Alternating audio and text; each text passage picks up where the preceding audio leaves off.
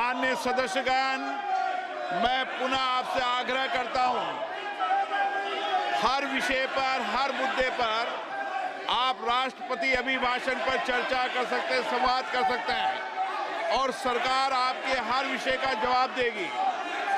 आप नियोजित तरीके से सदन नहीं चलाना चाहते, मुद्दों पर चर्चा नहीं करना चाहते, राष्ट्रपति अभिभाषण पर चर्चा नहीं करना चाहते, मैं पुनः आपसे आग्रह करता हूं, सदन चलाने की जिम्मेदारी हम सबकी है।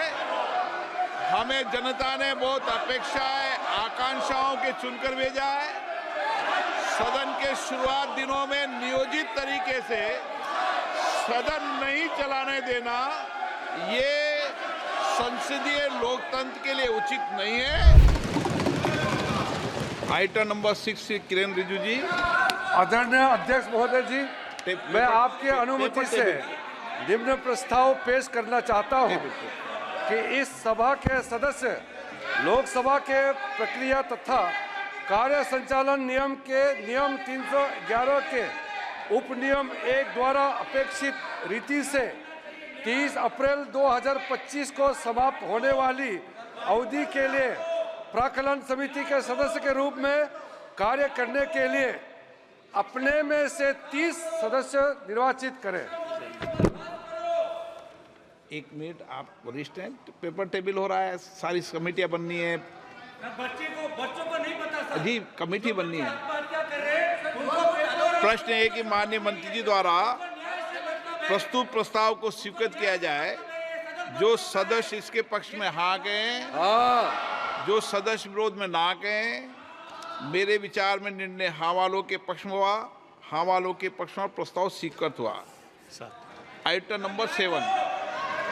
Sir, with your kind permission, I rise to move that the members of this House do proceed to elect in the manner required by Sub-Rule 1 of the Rule 309 of the Rules of the Procedure and Conduct of Business in the Lok Sabha 15 members amongst themselves to serve as members of the Committee on Public Accounts for the term ending on 30th April 2025.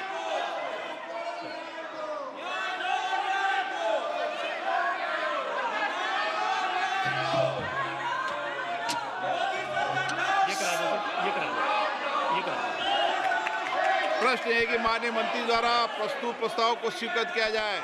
जो सदस्य के पक्ष में हाँ कहें, जो सदस्य विरोध में ना कहें। मेरे विचार में निर्णय हाँ वालों के पक्ष में, हाँ वालों के पक्ष में।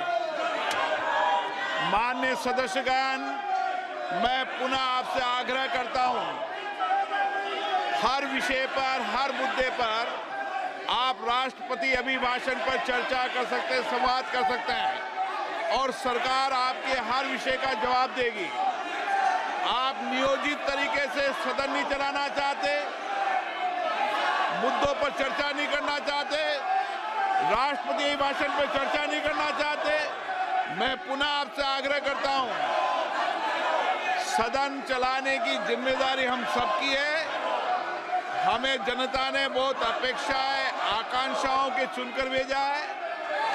सदन के शुरुआत दिनों में नियोजित तरीके से सदन नहीं चलाने देना, ये संसदीय लोकतंत्र के लिए उचित नहीं है। मेरा आपसे आग्रह है, आप राष्ट्रपति अभिभाषण पर इस मुद्दे पर जोर से बोलिए, मैं आपको अलाउ करूंगा। किरण रिजिजू जी। आज तक संसद के इतिहास में राष्ट्रपति जी का अभिभाषण के बाद उसमें धन्यवाद प्रस्ताव के अलावा कोई और विषय पर चर्चा करने का परंपरा कभी नहीं रही है। ये पहली बार कांग्रेस पार्टी और उनके कुछ दलों ने इस संसद के गरिमा को ताक में रखते हुए आदरणीय राष्ट्रपति का अभिभाषण पे चर्चा करने का जो प्रस्ताव रखना है उसको विरोध करके वेल में आया है। मैं उसको कंडेम करना चाहता हूं। अध्यक्ष महोदय जी, आपने अपने चेयर से भी कहा है कि कोई भी मुद्दा विपक्ष के लोग उठाना चाहे उसको पर्याप्त समय दिया जाएगा और राष्ट्रपति का अभिभाषण के चर्चा के प्रस्ताव के दौरान पूरा अपने बात रख सकते हैं।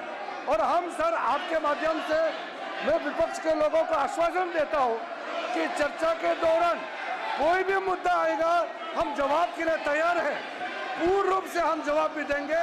इसमें सदन को चलना दिया जाए और चर्चा होना चाहिए। माननीय सदस्यगण, मैं पुनः आपसे आग्रह कर रहा हूं कि आपको सदन में नारेबाजी करने के लिए नहीं भेजा है। मैंने पूर्व में भी कहा था, सदन का विरोध और सड़क के विरोध में अंतर होना चाहिए। आप सदन में अपनी बात को कहिए, राष्ट्रपति अभिभाषण में पूरे मुद्दे पर कहिए।